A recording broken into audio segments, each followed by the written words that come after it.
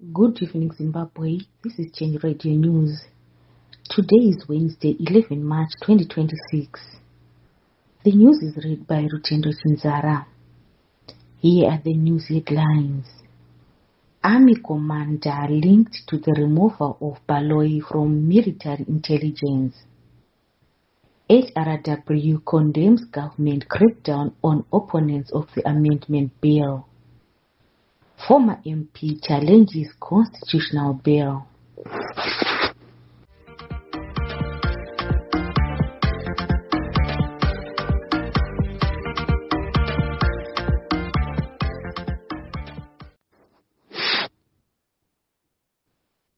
And now for the news in detail. Zimbabwe National Army Commander Lieutenant General Walter Tafumanei is reportedly at the center of a move that led to the removal of Colonel Minotabo Baloyi, the wife of Vice President Constantino Chiwenga, from military intelligence. Reports suggest the decision is part of efforts to tighten control of the security sector and to protect Emmerson Mnangagwa from potential internal threats. Tafumanei, appointed Army Commander last November, is said to have been tasked with strengthening loyalty within the military amid ongoing tensions linked to the ZANU-PF succession battle. Political analysts say this move highlights deepening divisions within the ruling party, especially between factions loyal to Emmerson Mnangagwa and Vice President Constantino Chiwenga. Human Rights Watch HRW has accused the government of using violence and intimidation against opponents of constitutional amendments that would extend Mnangagwa's term. In a statement issued Tuesday, the rights group documented several incidents, including the March 1 assault on National Constitutional Assembly leader Lovemo Maduku. Idris Ali Nasser, HRW senior Africa researcher, stated leaders must respect the Constitution and international human rights, allowing citizens and civil society to express their views peacefully without fear. Former Binga North MP Prince Dueko Sibanda has filed an application with the Constitutional Court challenging parts of Zimbabwe's Constitution Amendment Bill No. 3. Sibanda argues that clauses allowing a proposed 7-year term to apply to current office holder violate Section 328 of the Constitution. He is asking the court to strike out the contested provisions, claiming they are unconstitutional.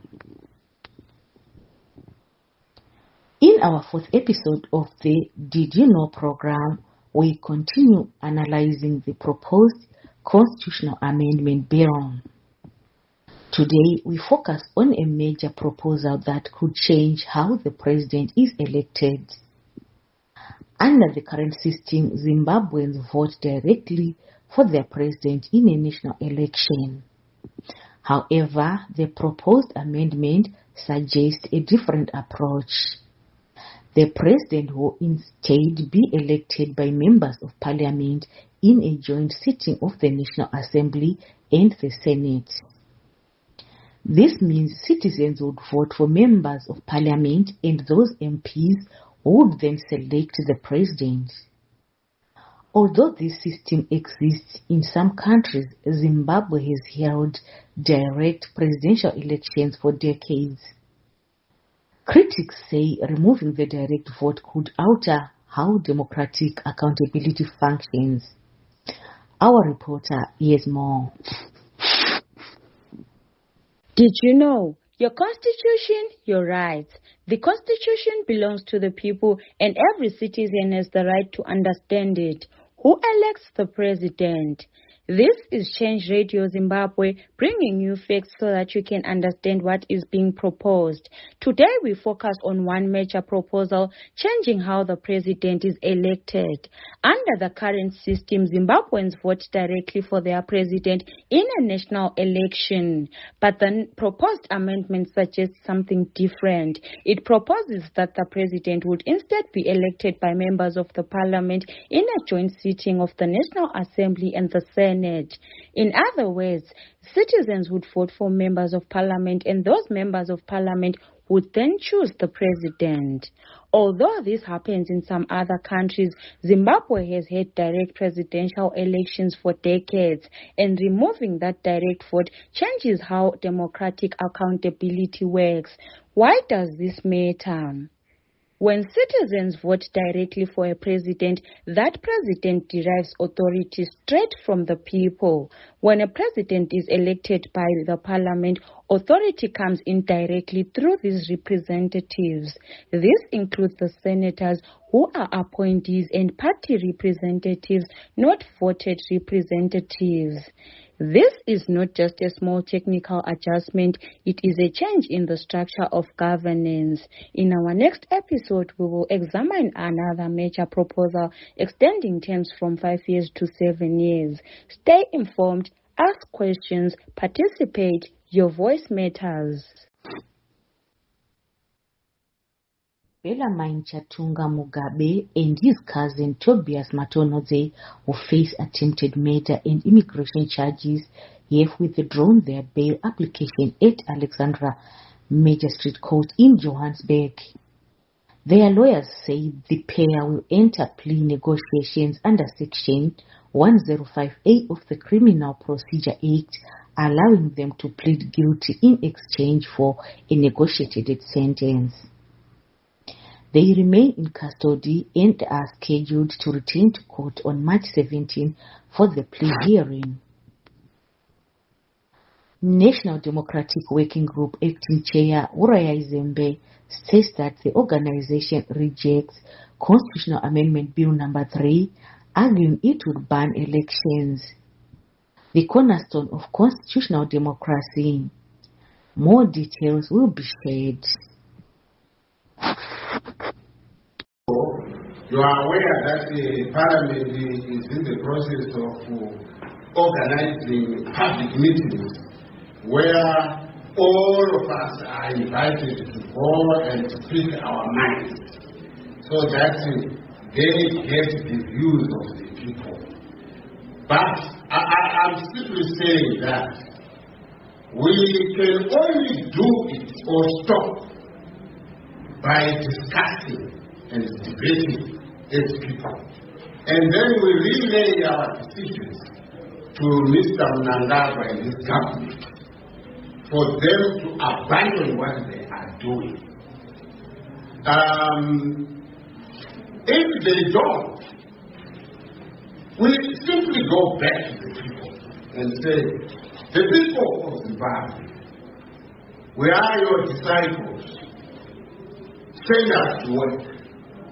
What action do you think you should take to protect yourselves against the leadership that is doing what it wants in government? So the answer of strategies again shall come from the people. So all we do is, this is a very peaceful process. Talk to people, the people will relay their decisions to those who occupy public office, starting with Mr. Mnangagwa himself, because he occupies the position of state president, and his cabinet, because they are ministers, and the members of parliament, and the councillors. So we believe that ourselves and the people have power and capacity to really stop what is happening. Journalist Blessed Jarabi Muhlanga is at the center of police manhunt following his speech at the Geneva Summit for Human Rights and Democracy. Sources indicate the Law and Order section has launched an operation to arrest the Alpha Media Holdings editor, with his team deployed to intercept him at the airport upon his return from South Africa, where he is receiving medical treatment. Police plan to charge Mhlanga under the so-called Patriot Act for willfully injuring the sovereignty and national interest of Zimbabwe. His Geneva address criticized the government's human rights record and media suppression.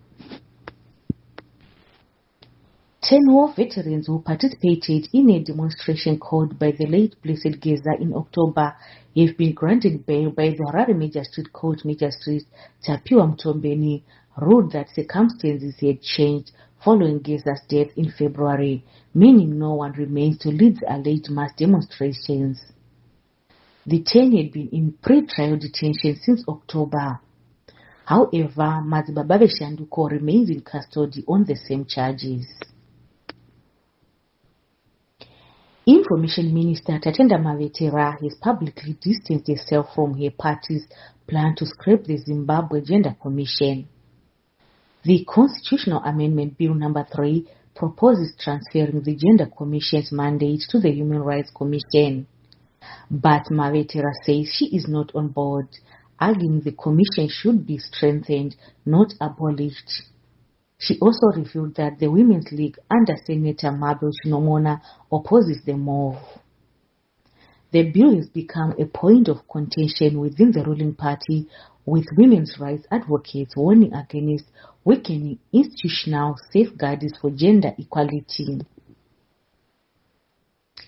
An internal letter from Citizens Against Economic Sanctions, CAES, has exposed alleged financial misconduct by the organization former chairman and executive director Martin Jarare. The board claims Jarare misappropriated funds from rural communities, charging US $1,800 per borehole in a drilling project. He has been expelled from the organization. The allegation suggests he leveraged the group's proximity to political power to extract money from some of Zimbabwe's poorest communities.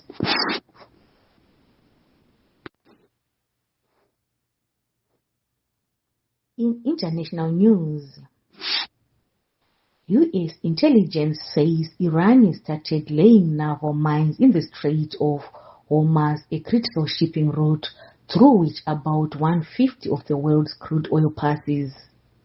Reports suggest only a few dozen mines have been placed so far, but Iran retains the capability to lay many more.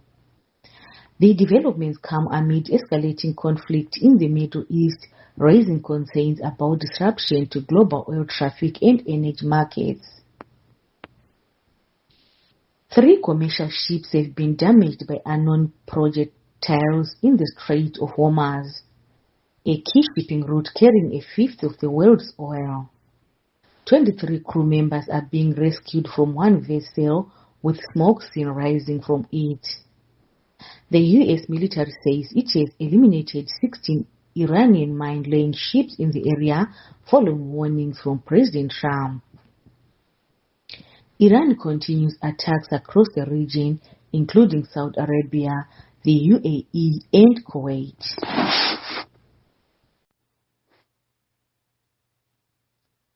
And finally, in sports news, Champions League update. Yesterday, Tottenham were beaten 5-2 by Atletico Madrid, while Bayern Munich thrashed Atlanta 6-1. Newcastle were denied a win by Barcelona, drawing 1-1 after a 96-minute penalty. Tonight's fixtures: Arsenal face Bayer Leverkusen in Germany. Chelsea take on PSG, who are seeking revenge after last year's 3-0 Club World Cup defeat. Real Madrid host Manchester City, and Bodo Glimt welcoming Sporting CP.